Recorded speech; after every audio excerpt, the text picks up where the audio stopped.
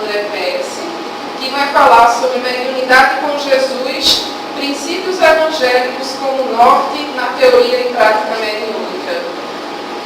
Então, antes de nós começarmos, nós vamos agora elevar o nosso pensamento, todo mundo fechar os olhos, silenciar a mente e o coração, e mentalizar a figura de Jesus, o nosso mestre dos mestres. Jesus, mestre amigo, é com o coração repleto de gratidão que estamos aqui mais uma vez reunidos em teu nome, na certeza da tua presença amiga, a nos conduzir, a nos ofertar amor, discernimento e sabedoria.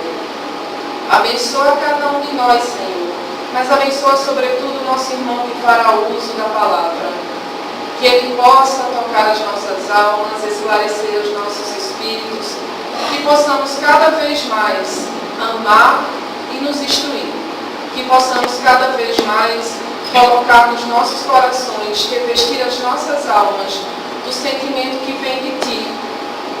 Tu que colaboraste com tudo que existe em nossas vidas e no mundo. Assim sendo, Jesus amigo, certos da Tua presença, certos da presença da equipe espiritual responsável por este trabalho, damos por iniciada o ciclo de palestras em torno da mediunidade na noite de hoje.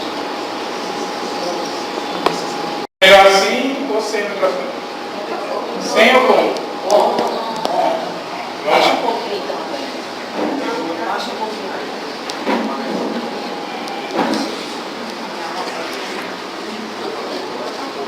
Melhorou? Vocês vão terem agora de bar, então. Vamos lá, né? Bem, a gente está dando continuidade ao ciclo de palestras para apagar a luz. Mediunidade Sem Fronteiras. E hoje o nosso tema é Princípios Evangélicos, com norte na teoria e prática mediúnica. Não é novidade para ninguém que o Espiritismo veio dar uma outra direção à prática da mediunidade, dar um outro rumo à tarefa mediúnica. Mas assim como houve em outras épocas, se faz necessário sempre se estabelecer critério, se estabelecer qualidade e se estabelecer controle. Controle no sentido de que, como a mediunidade é um caminho difícil, é um caminho que exige dedicação, coragem, desprendimento, estudo, seriedade, todo o controle que o médium puder exercer do ponto de vista do conhecimento do que ele faz e para que ele faz, se faz extremamente importante. Só que não foi só o Espiritismo que se preocupou com isso. Em outras épocas, outras pessoas com uma visão similar estabeleceram critérios. Tem um critério que é muito interessante, que está lá na Bíblia, no livro de Deuteronômio 18, quando Moisés fala que não consulteis os adivinhos, não consulteis os feiticeiros, não consulteis aqueles que fazem passar seus filhos no fogo. E aí, algumas vertentes religiosas, algumas denominações colocam lá também no meio da tradição, não consultei os espíritas. E às vezes se usa até isso contra o espiritismo. Só que no tempo de Moisés não havia espíritas, porque o espiritismo surgiu em 1857. Então tem alguma coisa tendenciosa em uma tradução que coloca algo que não responde à verdade. Mas por que Moisés selecionou 70 anciãos daquele povo que o seguia para serem médios, vamos dizer assim, oficiais? Será que havia uma intenção por trás disso? Algumas pessoas dizem, não, era para monopolizar a informação mediúnica. Claro que não. Era para dar um treinamento e estabelecer uma qualidade, uma homogeneidade. Porque, na verdade, não foi Moisés que inventou a mediunidade. A mediunidade já existia na Caldeia antes de Moisés. Já existia nos homens das cavernas muito antes de Moisés. É uma faculdade, uma habilidade que o ser humano tem. E sempre se fez uso da mediunidade. Claro que à medida que a humanidade foi amadurecendo, a mediunidade também foi mostrando outras facetas, outras características. Mas Moisés proíbe que se consultem os adivinhos, os feiticeiros, os necromantes. Porque naquele tempo, e ainda hoje existem alguns casos, tem pessoas que têm a faculdade, mas fazem dela o uso que bem entendem. Tem pessoas que são profissionais dessa área. Então, para eles, aquilo é desprovido de sentido moral.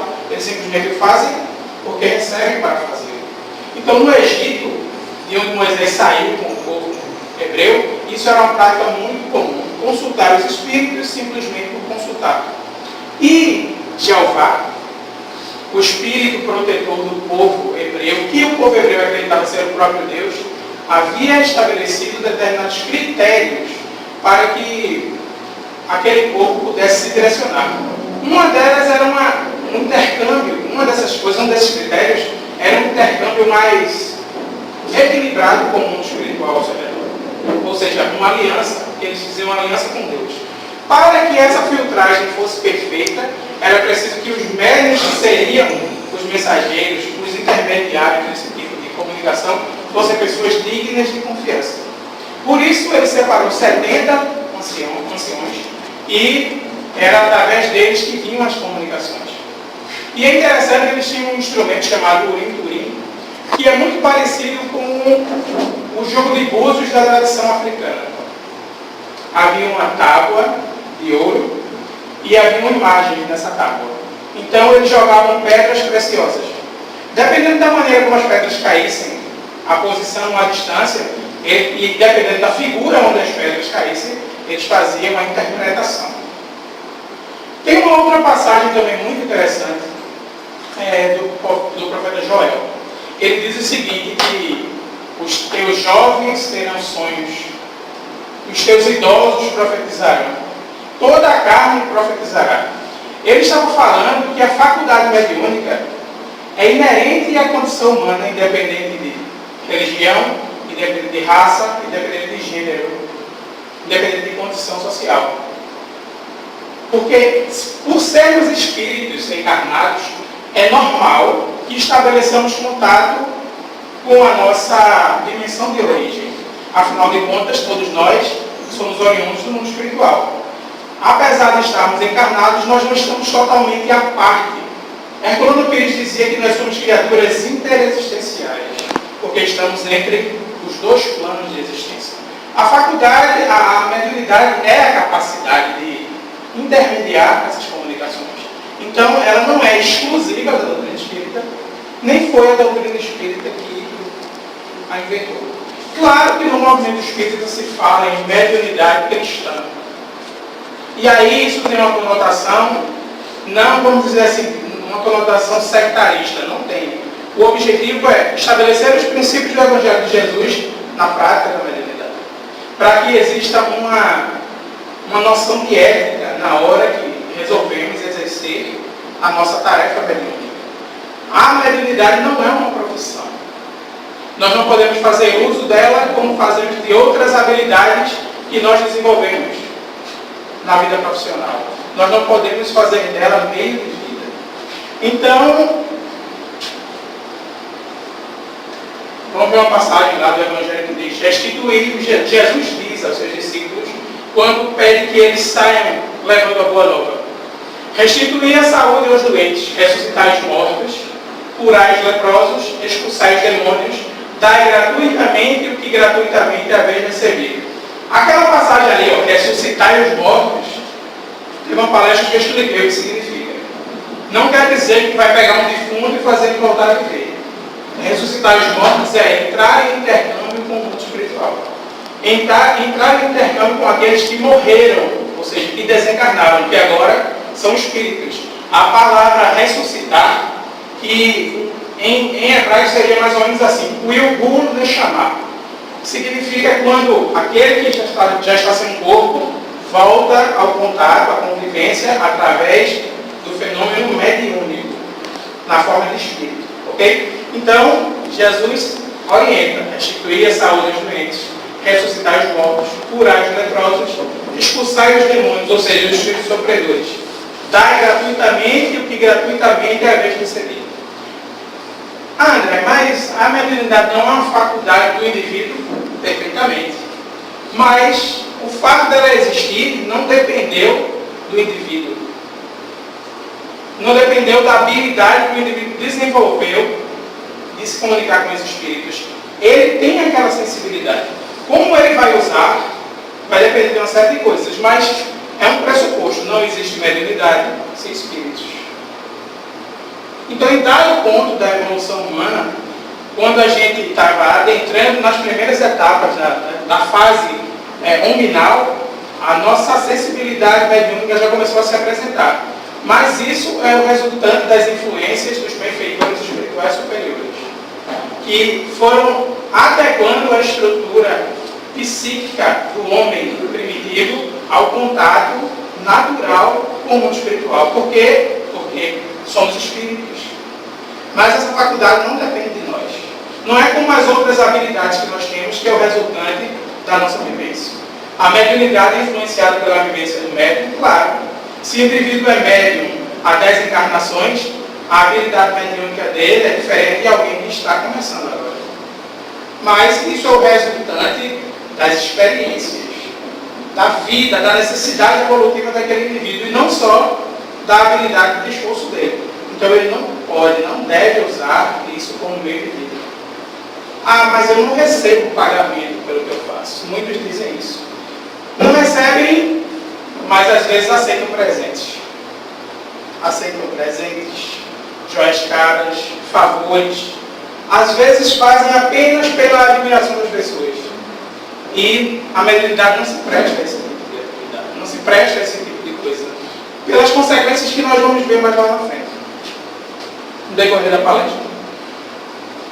Essa foi a recomendação de Jesus a seus discípulos. Com isto, querendo dizer que ninguém deve cobrar para uma faculdade. Ele colocou, no caso do dom da cura, que o Pai nos concedeu graciosamente. A capacidade de curar pessoas é uma capacidade rara, difícil, principalmente no nível que Jesus apresentava. Ele era capaz de promover alterações moleculares imediatas no perispírito e no corpo físico das pessoas. Isso é bem complicado. Aqui no Morada do Sol já tivemos casos de pessoas que foram curadas pelo trabalho com passe, pela ação mediúnica de alguns médicos, mas levou tempo. Levou tempo. Alguns casos levaram anos, outros casos levaram meses. E nós ficamos surpreendidos com o que aconteceu, porque às vezes eram casos muito sérios e os espíritos, através daqueles médicos, ajudavam essas pessoas. Mas imagina que ia chegar um indivíduo sério, o outro põe a mão e a pessoa volta a enxergar. Vocês imaginam que é reestruturar toda uma estrutura neurológica, toda uma estrutura ocular deteriorada, destruída, é muito complicado. É preciso uma capacidade energética, uma compreensão daquilo muito, muito avançada, que no caso de Jesus tinha.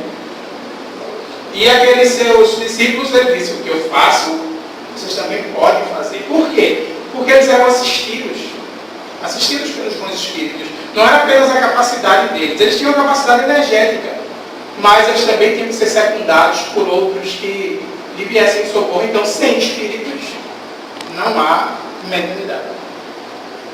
Vamos adiante. A faculdade da mediunidade, como já vimos anteriormente, é tão antiga quanto o mundo. Os profetas eram, na verdade, médiums. Engraçado, eu estava até comentando isso que chegou lá fora, quando se fala a palavra médium, a pessoa pensa que médium é adivinhar as coisas, né? Adivinhar se pressupõe você deduzir algumas informações e a partir daí você estabelecer um critério, uma informação. Na mediunidade, o indivíduo lida com fatos. Mesmo que ele antecipe fatos, esses fatos vão acontecer e ele antecipa o seu instante. Ou alguém o diz, ou às vezes, como é muito comum, o indivíduo viaja até o momento em que o fato vai acontecer. Através do desdobramento, ele vai pelo tempo e pelo espaço ver o que vai acontecer e aí ele tem uma presciência. Mas a coisa vai acontecer. É um fato. Não é uma adivinhação. Então o médium não adivinha coisas. O médium lida com o que pressente, com o que é revelado para ele. Não depende dele. Ele não faz deduções. A coisa simplesmente acontece. Muitas vezes dizem, o médium às vezes não compreende, não acredita, até duvida, e aí depois o fato acontece. O fato se mostra ao médico. Então, Sócrates, não se preocupe não, porque eu e aparelhos eletrônicos somos assim. Sócrates tinha inspirá-lo um espírito amigo.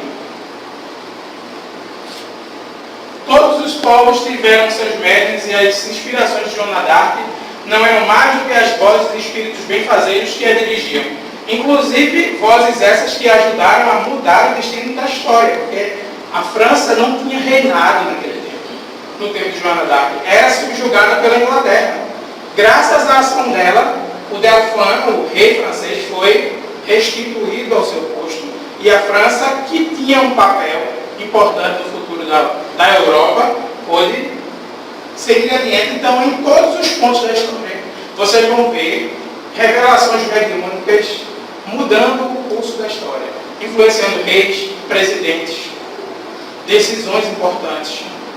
A Rainha Elizabeth, a do século XIX, ela consultava os espíritos. Ela tinha médiuns que eram, vamos dizer assim, tinham a função de orientar as decisões que ela tinha que tomar. Abraham Lincoln também, e tantas outras pessoas.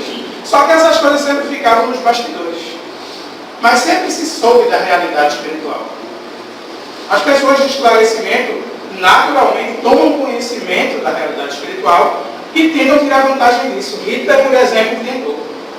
Hitler tinha grupos de sensitivos que tentavam, inclusive, descrever a situação dos campos de batalha inimigos. Mais tarde, os Estados Unidos também usaram isso. O indivíduo se desdobrava e desenhava, mapeava o posicionamento de tanques, o posicionamento de patrulhas. Ou seja, quando ele se desdobrava, ele ia lá e via, e muitas vezes também era secundário por espíritos que coadunavam o mesmo tipo de ideal. Então, a mediunidade pode ser usada de várias maneiras. A proposta do espiritismo é que ela seja usada para o bem.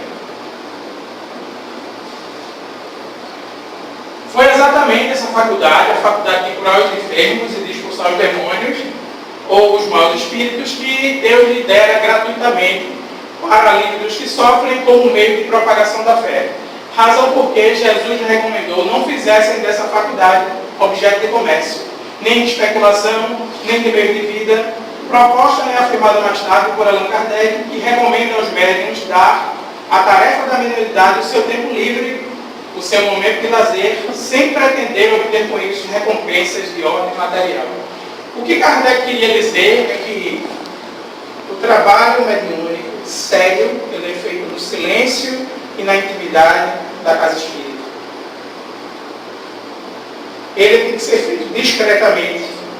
Não precisa que as outras pessoas fiquem sabendo do que se passa ali, naquela sala. Porque quanto menos exposto o médium estiver, melhor para ele. Quanto menos exposto à curiosidade, quanto menos exposto às especulações dos outros, melhor para o médium. Ele vai ter um ambiente psíquico mais equilibrado, mais tranquilo. O médium não precisa de exibições. O médium não precisa provar coisa alguma, porque a mediunidade em si, os fenômenos que acontecem não dependem exclusivamente dele. Então, um grupo de mediúnico sério, ele vai orientar os seus médiuns para que eles entendam a própria faculdade, comecem a perceber os nuances, as sutilezas da própria faculdade no exercício prático, diário, semanal das suas habilidades mediúnicas, paulatinamente, no transcorrer dos anos. Ninguém, uma vez, eu procurando assuntos sobre mediunidade, aí apareceu um indivíduo com uma manta colorida, feito um fardão da academia e uma medalha. Eu disse, o que é que isso tem a ver com mediunidade, meu Deus do céu? Aí refinei a busca no Google, aí apareceu mais coisas, aí tinha lá, médium do mês. Não era uma casa espírita, mas era um médium do mês. Aí eu fui refinar, cada mês um médium de destaque. Eu disse, meu Deus, isso é uma máquina de fazer doido. É uma máquina de fazer obsidiado. Porque desde quando alguém merece uma medalha ou merece um status porque é médium? Ninguém merece. Não precisa. Porque não é mérito exclusivo só dele. Se eu sou médium e estou ali trabalhando, eu tenho que agradecer a oportunidade. Mas se alguém resolve me dar uma medalha, está mais prejudicando do que ajudando. Está estimulando o indivíduo a ser vaidoso. Eu não entendo o que faz o indivíduo ser o médium do mês. Até hoje eu fico tentando entender que critério se estabeleceu para que Vera fosse o médium do mês, Chico o médium do mês, Raquel o médium do ano. Não entendo isso. Mas é falta de critério. Claro, nós respeitamos todos os segmentos. Mas uma tarefa como a mediunidade, onde tudo é tão difícil, onde o controle é tão difícil de estabelecer, a harmonia é tão difícil de estabelecer, a competitividade não é uma coisa bem-vinda em um grupo. Porque alguém vai querer ser o próximo médico do mês. E aí, o que é que o cara vai fazer? Vamos lá.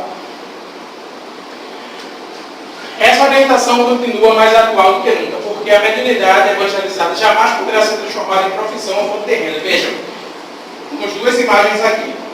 Isso não quer dizer que as pessoas que são Umbanda mercantilizam a mediunidade. Há pessoas que não mercantilizam. Isso não quer dizer que os ciganos mercantilizam a mediunidade. Há pessoas que mercantilizam. Como eu já vi casos de pessoas espíritas que tinham um outro espírita na empresa e ficava tentando obter informações via mediunidade através dessa pessoa. Para quê? Está tentando se beneficiar de que maneira? Isso não faz sentido. Não faz sentido. Em uma outra casa espírita, eu já presenciei esse fato. A pessoa chegou lá no médium e disse, olha, pense no meu chefe, pense no meu carro. Chegou para outro modo, pense no meu carro, pense no motor. E eu fiquei olhando sem entender, porque eu não sabia que carro era auxiliado. Eu acho que está precisando de um mecânico, um bom mecânico, porque o carro dessa pessoa estava terrível. Mas qual a influência que o médico poderia exercer? A não ser que o médico fosse mecânico. Ele se desdobrava, ia lá e dava uma regulada no motor. Algo que ele poderia fazer sem se desdobrar. Então, o uso que se faz da faculdade com a falta de informação se torna uma coisa totalmente infrutífera. Não dá resultados. Os espíritos, por acaso, vão mudar a disponibilidade de um padrão que me dá uma bronca porque eu chego atrasado? É mais fácil eu tentar chegar na hora, eu organizar o meu horário, e não tentar usar os espíritos. E os espíritos que se prestam a isso não são espíritos sérios. Porque um espírito sério diria, meu filho, sai mais cedo em casa. Meu filho, tente não ir pela Avenida Norte. Então, é falta de critério, é falta de conhecimento sobre as coisas. E isso faz com que as pessoas achem que os espíritos estão ao nosso serviço, estão à nossa disponibilidade. No meu trabalho tem uma pessoa que toda vez que perde alguma coisa diz assim, eu vou fazer o sinal das almas. Eu disse, ó, um dia essas almas vão cobrar esse serviço todo que estão fazendo para todos. Ela toda vez não leva a sério, acha que eu estou brincando. Porque quem acha para ela tem tempo demais para poder, eita, fulano está precisando de mim agora, eu vou lá. Não são pessoas sérias. E não acham, porque muitas vezes o negócio está embaixo do papel, assim, na cara. Então é só... Mas é a maneira como a gente lida com os fenômenos mediúnicos, com descaso, sem seriedade, sem cuidado. Isso acontece em todos os lugares onde não há seriedade, onde não há entendimento daquilo que se faz. A mediunidade, como uma luz que brilha na carne, é atributo do espírito. De novo, não se preocupe. Patrimônio da alma, pelo menos não está quebrando mais as coisas. Patrimônio da alma imortal. Elemento renovador da posição moral da criatura terrena, a quem ela enriquece no capítulo da virtude e da inteligência. Sempre que se encontra ligado aos princípios evangélicos na sua trajetória pela face do mundo. Esse é um pensamento de Emmanuel. Então, a mediunidade enobrece quando bem utilizada. Agora eu pergunto a vocês, isso dá muito trabalho? Isso exige esforço? Exige algum tipo de renúncia? Algum tipo de sacrifício por parte do indivíduo? O que é que vocês acham? Para consagrar a mediunidade dentro desses princípios que Emmanuel falou, para que a gente possa servir de alavanca para nós e para os outros também. Será que vai exigir algum tipo de sacrifício? Algum tipo de renúncia? Ou vai ser uma coisa que a gente vai fazer, como dizem por aí, com o pé nas costas? Eu acho que existe. Hã? Eu acho que existe. Existe. Uma entrega. Tem que haver uma entrega. Tem que haver um devotamento, muitas vezes. Onde a pessoa vai ter que abrir mão de momentos dele, de questões dele, questões pessoais, para poder se envolver com aquilo. Emmanuel aconselha que, na prática da mediunidade, se não é possível assumir é melhor se abster. Para não se comprometer mais seriamente e aí sofrer por causa desse comprometimento. Porque não foi ninguém que nos obrigou a sermos médiuns. As nossas escolhas nos levaram à mediunidade. As nossas necessidades nos levaram à mediunidade. O indivíduo estava no umbral, 300 anos, estagiando lá pelo umbral. E aí dizem, ó, fulano, apareceu uma oportunidade para você. Você volta? Parece que eu volto, eu topo qualquer coisa. Eu topo até ser médico. Aí chega aqui, a pessoa vai para o tratamento lá atrás, aí dizem, olha, você vai ter que vir nas terças, nas quintas para se educar mediunicamente. Poxa, mas não dá para ser outro dia não. Será que podia ser um outro dia? Porque na terça eu tenho um compromisso. Claro, nada vai ser imposto ao indivíduo, mas quem sabe da necessidade dele, ele também não é obrigado. Mas se aparece uma faculdade e nós precisamos educar, pelo menos educar essa faculdade, para que ela não seja motivo de desequilíbrio para a gente. Pelo menos educar, entender o que está acontecendo, entender o que se passa. Depois de educada, a pessoa escolhe se vai seguir adiante ou não. Pelo menos educando, o indivíduo já sabe mais ou menos onde ele está se metendo. Porque quem de vocês aqui tem brevet para voar com avião? Alguém aqui? Ninguém tem treinamento. Vocês se arriscariam a pegar um avião e pilotar? Ninguém é maluco, né? Então por que em relação à mediunidade as pessoas se arriscam sem os devidos cuidados? Tem gente que pula assim, ó, sem paraquedas, sem nada. O psiquismo é uma área onde os perigos são reais, minha gente. Os perigos psíquicos são muito mais intensos e reais do que os perigos físicos. A casa espírita, quando se propõe a dar treinamento àqueles que são candidatos à terapia mediúnica, precisa resguardá-los através do conhecimento, através de uma prática cercada de amor, de critério e de respeito, para que o indivíduo não se perturbe mais tarde e venha a comprometer a própria caminhada. Então, não é um lugar para pessoas que estão agindo de forma leviana. Nem para dirigentes levianos, nem para médicos levianos. É preciso critério e seriedade. Ah, André, mas peraí, então quer dizer que eu tenho que ser santo? Não. Porque se fosse assim, as casas espíritas estariam vazias. Mas a gente precisa entender o que a gente precisa fazer. O que é o nosso dever. Como médicos, a gente não tem muita alternativa. A gente precisa aceitar para parar de sofrer. Porque o médico em conflito, que não aceita a própria faculdade, ele vive atormentado. Ele vive às voltas com os tormentos que ele também cria para ele. E que a falta de informação fazem surgir. Então, é preciso dar uma qualidade de vida a esse indivíduo para que ele se restabeleça. Porque com a mediunidade de desalinho, o indivíduo não consegue estudar direito, não consegue trabalhar direito, não consegue viver direito. E dentro da ideia da mediunidade com Jesus, a vida com a mediunidade tem que ter qualidade. Vamos lá, vamos adiante. Devemos compreender que a mediunidade só existe, como eu disse antes, pelo concurso dos espíritos. Os atributos medianímicos, assevera Emmanuel, são como talentos do Evangelho. Se o patrimônio divino é desviado dos seus fins, o mal servo torna-se indigno da confiança do Senhor da Seara, da verdade e do amor. Engraçado que não só Emmanuel, como outros autores, eu gosto disso, falam medianímicos. Porque apesar da mediunidade depender do concurso dos espíritos, a contribuição do médium tem um papel importante. Então, as faculdades anímicas, as faculdades do próprio indivíduo, vão revestir, vão dourar ou desdourar a sua prática mediúnica. Então é importante conhecer a própria faculdade, é importante estudar, saber o que acontece. Transferir as suas qualidades morais e éticas para o exercício da prática mediúnica, para que o indivíduo possa ser bem assistido, bem orientado, inclusive pelos bons espíritos. Porque quando a gente é leviano nas coisas, rápido a gente abre espaço para que espíritos ignorantes, espíritos sofredores, malfazejos, comecem a influenciar a nossa faculdade, nos influenciar de forma negativa. porque nós abrimos espaço para isso.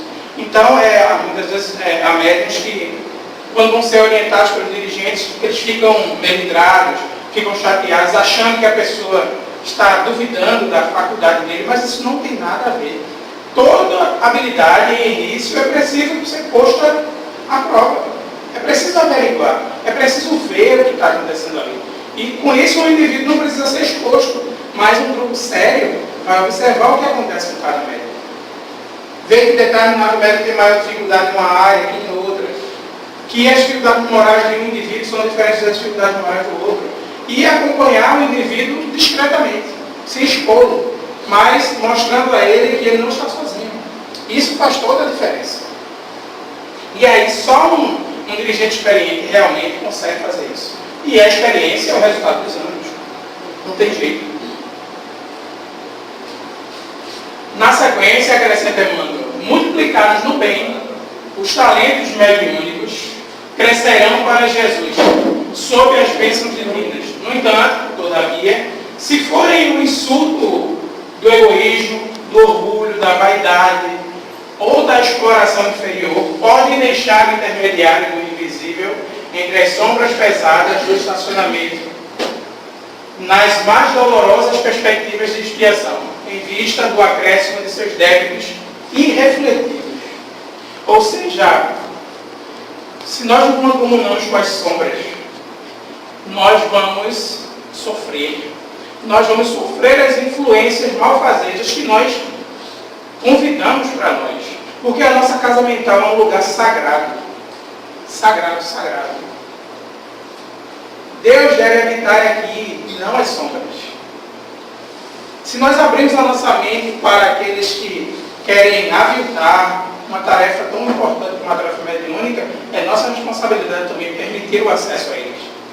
Ah, André, então você está querendo dizer que eu não vou dar comunicação a espíritos sofredores, não. Eu só vou receber os mentores. Eu não estou dizendo nada disso. Uma coisa é atender aqueles que, assim como nós, sofrem, fornecer e emprestar a nossa vibração mediúnica e a nossa estrutura física para que eles se comuniquem. Outra coisa é eu deixar que espíritos ignorantes e espíritos sofredores me guiem na minha tarefa mediúnica. É bem diferente. Porque tem gente que faz, não, porque o meu mentor disse que eu não preciso mais ficar no centro, porque lá não é lugar para mim. Eu tenho que trabalhar em casa, porque assim eu vou estar numa vibração mais equilibrada. Não é verdade. Está mais do que na cara que isso é o obsessor jogando conversa. Porque o mentor da sua tarefa mediúnica não vai lhe afastar da segurança do estudo, das normativas de segurança, do trabalho equilibrado da casa espírita, não vai lhe afastar da sua reforma interior, das ferramentas que vão proporcionar essa sua reforma. Mas um inimigo de outros tempos, claro que ele vai fazer isso.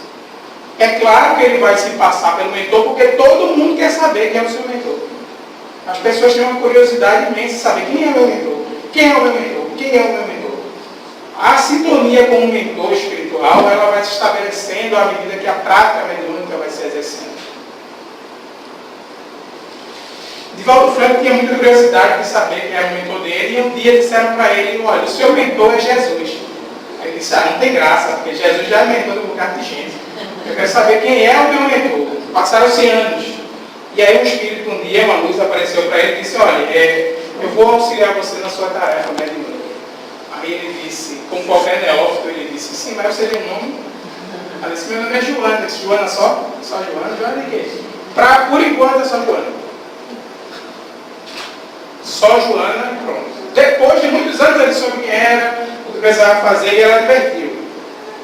Se você pretende enobrecer o trabalho ao qual você é convidado, eu estarei com você para o que você precisar.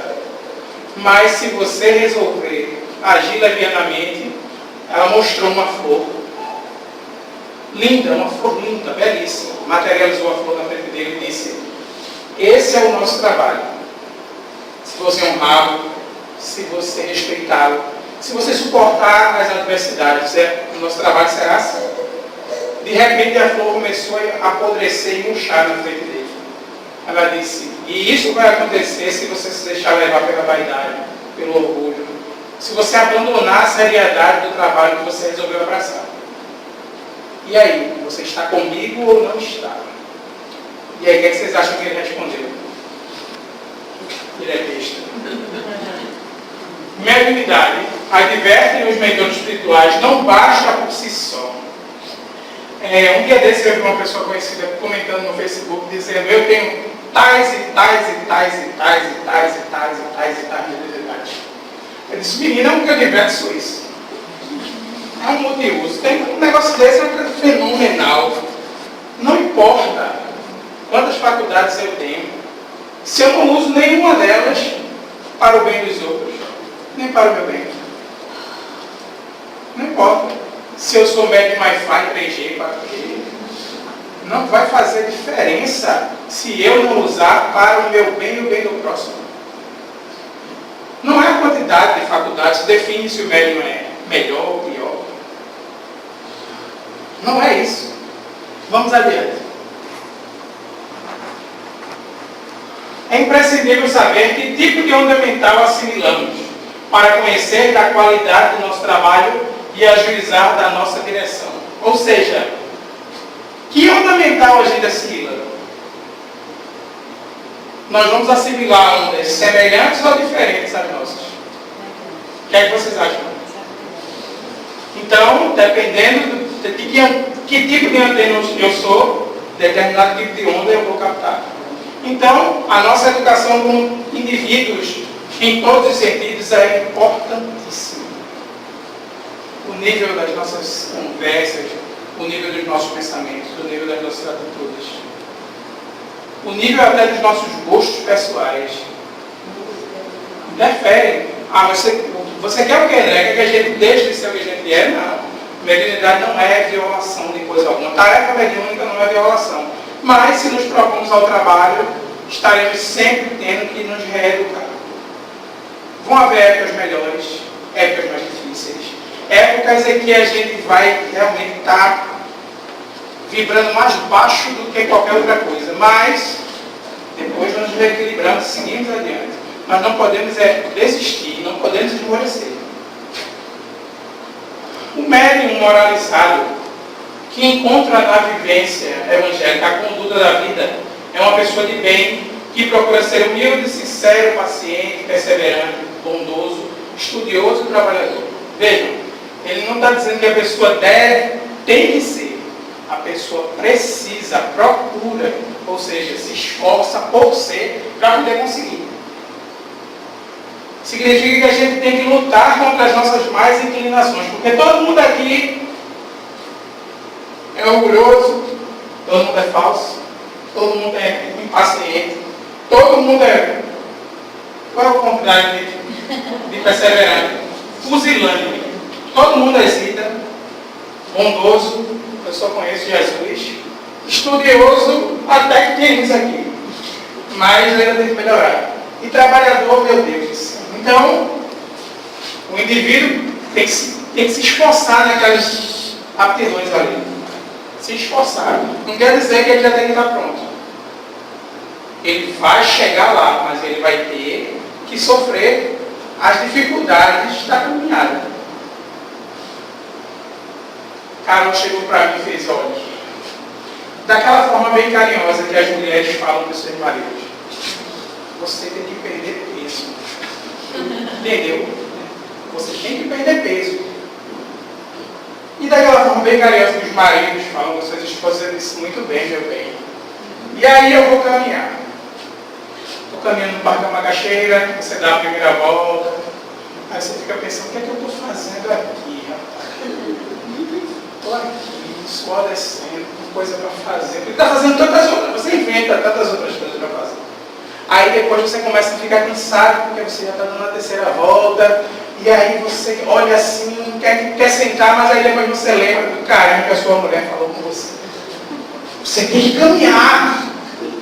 E aí você lembra, ela está dizendo isso porque ela se preocupa, né? E porque a gente precisa, a gente não pode ficar parado de forma nenhuma. A gente não pode estacionar, porque ficar estacionado gera sofrimento para o corpo, para tudo. E aí, a tarefa mediúnica é um esforço muito maior do que perder peso. Porque vai envolver, muitas vezes você vai chorar sozinho. Sozinho que eu digo fisicamente. Você vai ficar ali, chorar, você vai duvidar. Você vai ter hesitações, você vai cansar.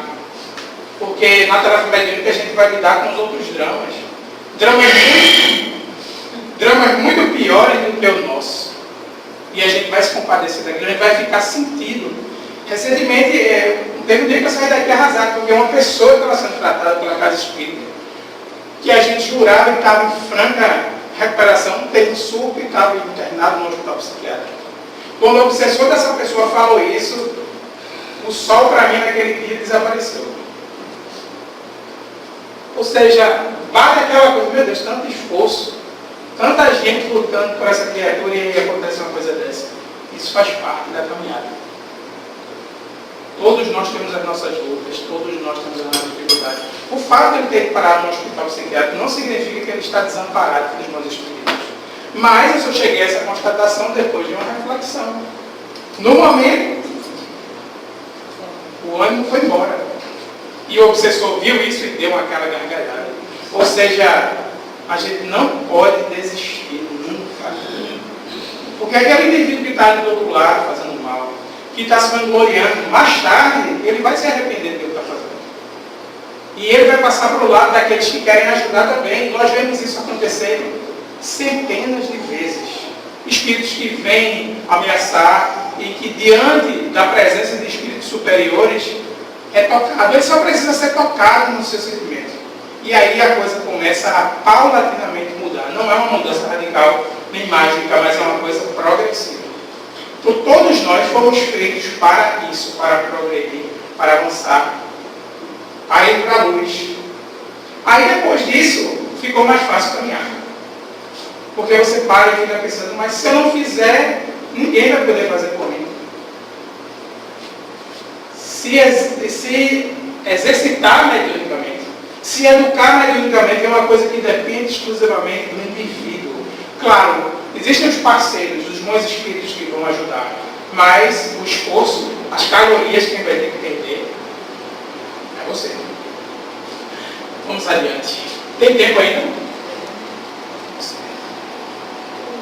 No exercício, de novo, essa palavra está me perseguindo. No exercício da mediunidade com Jesus, ou seja, na perfeita aplicação dos seus valores, a benefício da criatura humana em nome da caridade, é que o ser atinge a plenitude das suas funções e faculdades, convertendo-se em celeiro de bênçãos, semeador da saúde espiritual e da paz nos diversos terrenos da vida humana.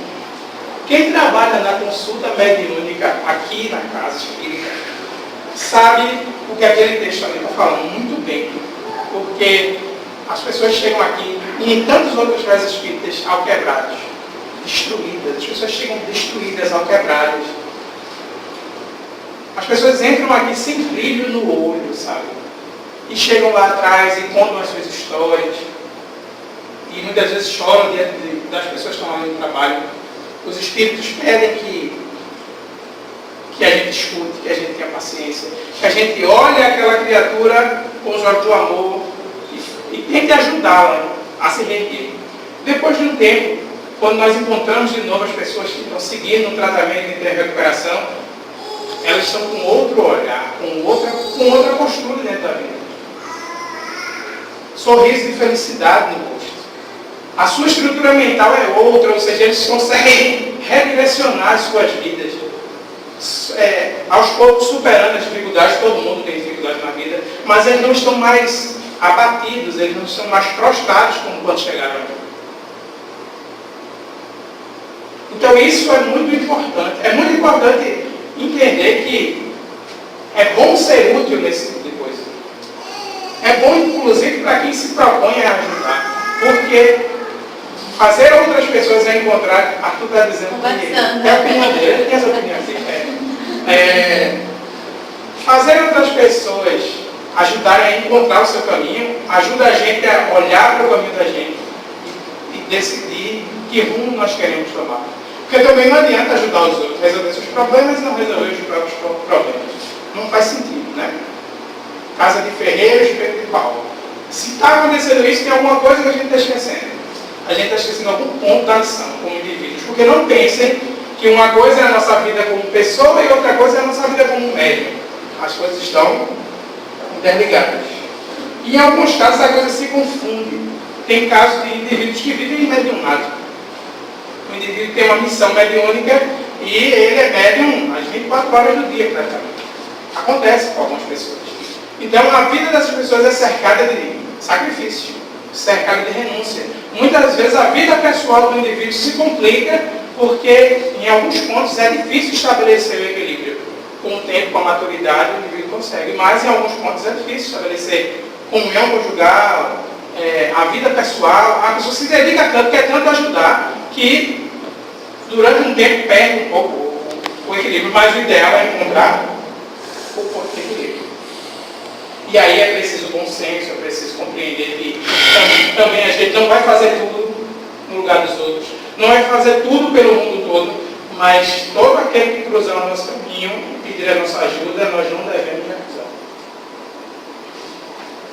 Não é difícil, pois, compreender como a prática mediúnica exerce um papel de renovação social. O espírito humano segue marcha conveniente. Deus quer que os espíritos sejam reconduzidos aos interesses da alma.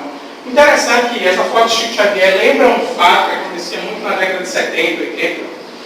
Algumas pessoas influentes falavam com o Chico, convidavam ele para ir em jantares, onde um monte de gente famosa ia lá, comprava livros, Chico autografava os livros, e na verdade essas pessoas estavam indo apenas para ver ele, Chico Xavier.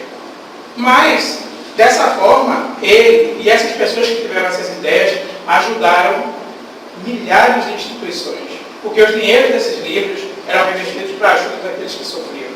E ele ficava, às vezes, até alta madrugada autografando o livro, falando cuidadosamente com uma dessas pessoas. Nunca tocou em um tostão, que foi o resultado do trabalho. Obrigado, mãe. Nunca ficou com um tostão do resultado do seu trabalho mediúnico. Mais de 465 livros publicados. Nunca se dispôs de um tostão. Sempre direcionou, isso já era feito logo no cartório, direcionava toda a renda conseguida com os livros para instituições, centros espíritas, instituições de caridade, ou seja, ele não queria nem saber quanto é que se ganhava com aquilo ali. Por quanto o livro era vendido, não interessava. O que interessava é que eram mais pessoas alimentadas, mais pessoas que seriam tiradas da marginalidade, pessoas que seriam tiradas do suicídio. Então, esse homem fez tanta coisa que talvez ele não tinha nem noção de quantas pessoas ele ajudou. Pessoas que ele jamais nem viu, que ele sequer cogitou conhecer. Mas vamos dizer que ele tivesse, naquele dia da conversa com Emmanuel, perto da cachoeira, tivesse resolvido não fazer isso. Não se envolver nisso. Não tomar parte nisso. Claro, haveriam outros para fazer isso, ele não é único. Mas ele teria perdido a oportunidade de crescer, de se adiantar. Quando nós deixamos de fazer o bem, outras pessoas até sofrem com a nossa ausência no bem, mas o maior prejudicado somos nós.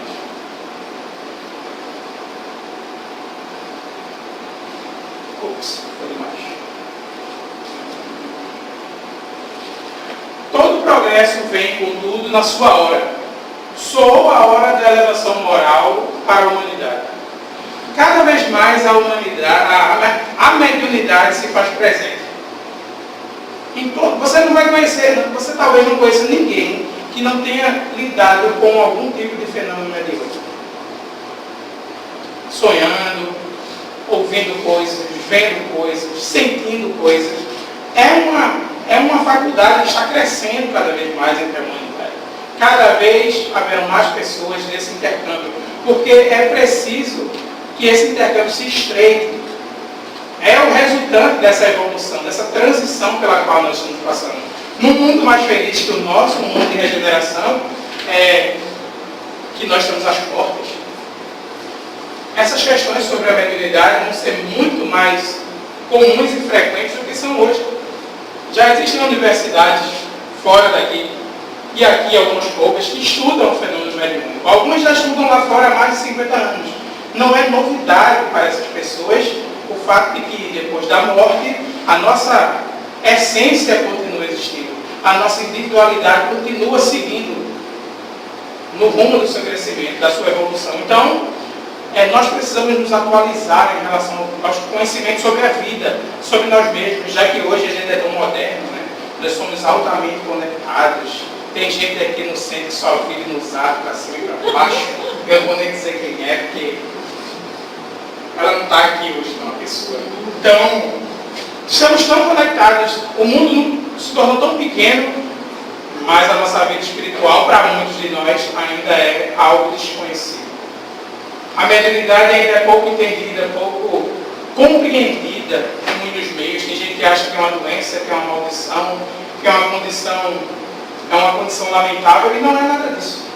A mediunidade é mais uma das faculdades que Deus nos deu para evoluir. No caso do médium, é um serviço extra. Porque além do trabalho moral que o indivíduo tem que ter na sua moralização, no seu crescimento, a mediunidade vem como extra para ver se o coitadinho consegue dar uma equilibrada na coluna débito-crédito. Todos nós somos credores do amor de Deus, mas também somos devedores diante de suas leis. Então nós precisamos ressarcir o mal que nós causamos aos outros. André, mas eu não faço mais mal a ninguém. Se já não faz hoje, meu filho, que maravilha. Mas já fizemos em algum momento. Então nós precisamos ressarcir o mal com o bem. E é ali no silêncio e no anonimato da tarefa mediúnica que muitas consciências se iluminam, se libertam, crescem, amadurecem, deixam para trás um passado de sofrimento e de dor. Então a doutrina espírita tem essa função de esclarecer, de educar, de conscientizar, de orientar o médium para que ele faça bem o seu trabalho. E se ele não quiser fazer, que ele saiba se proteger dos percalços da caminhada, porque todos nós, principalmente num planeta como a Terra, estamos sujeitos a influenciações obsessivas. De natureza mais variada, mas estamos sujeitos. Então, pelo menos que a gente saiba se defender. Defender a nossa casa mental de coisas que vão nos influenciar tanto e que mais tarde, só bem mais tarde, a gente vai sofrer e chorar as consequências disso. Então, mediunidade precisa ser educada, mediunidade precisa ser vivenciada. E, já que o amor é a proposta, é a tônica das religiões, particularmente da doutrina espírita, não existe amor sem a prática da caridade. Não existe caridade fora da vivência do bem. E como dizia Paulo, fora da caridade não há salvação.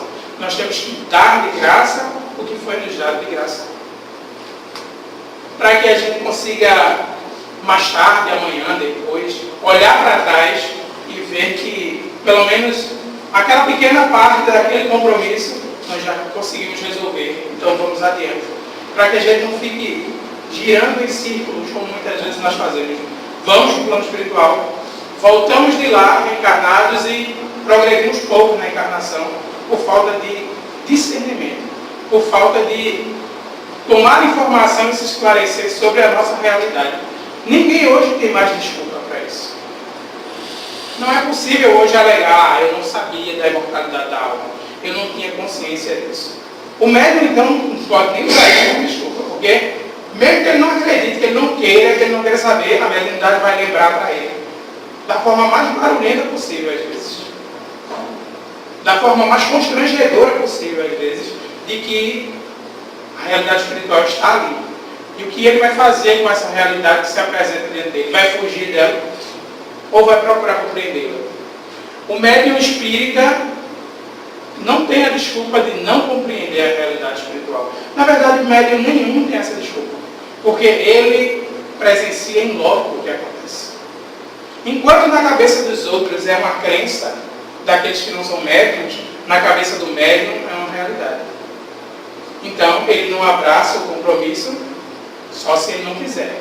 Mas ele sabe que depois da morte física, nós continuamos seguindo adiante, sendo aquilo que nós fomos, sendo aquilo que nós realmente somos. a morte não nos transforma em criaturas angelicais, nem em seres demoníacos, nós continuamos sendo nós mesmos. Com a ajuda de um médico que nos ampare, nós podemos nos situar, retomar nossa caminhada. Muitas vezes os espíritos estão atordoados pelos dramas humanos, perdidos, aflitos. Na comunicação através de um médium, eles se reorganizam psiquicamente, podem refletir melhor sobre o que aconteceu.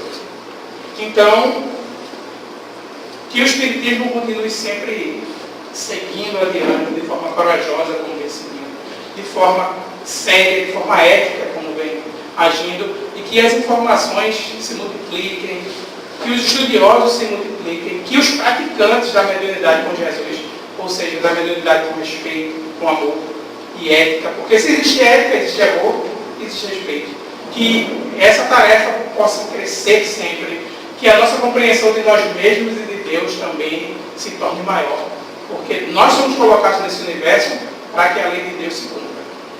Então, sejamos gratos a Deus por isso. Uma boa noite para todos e muita paz.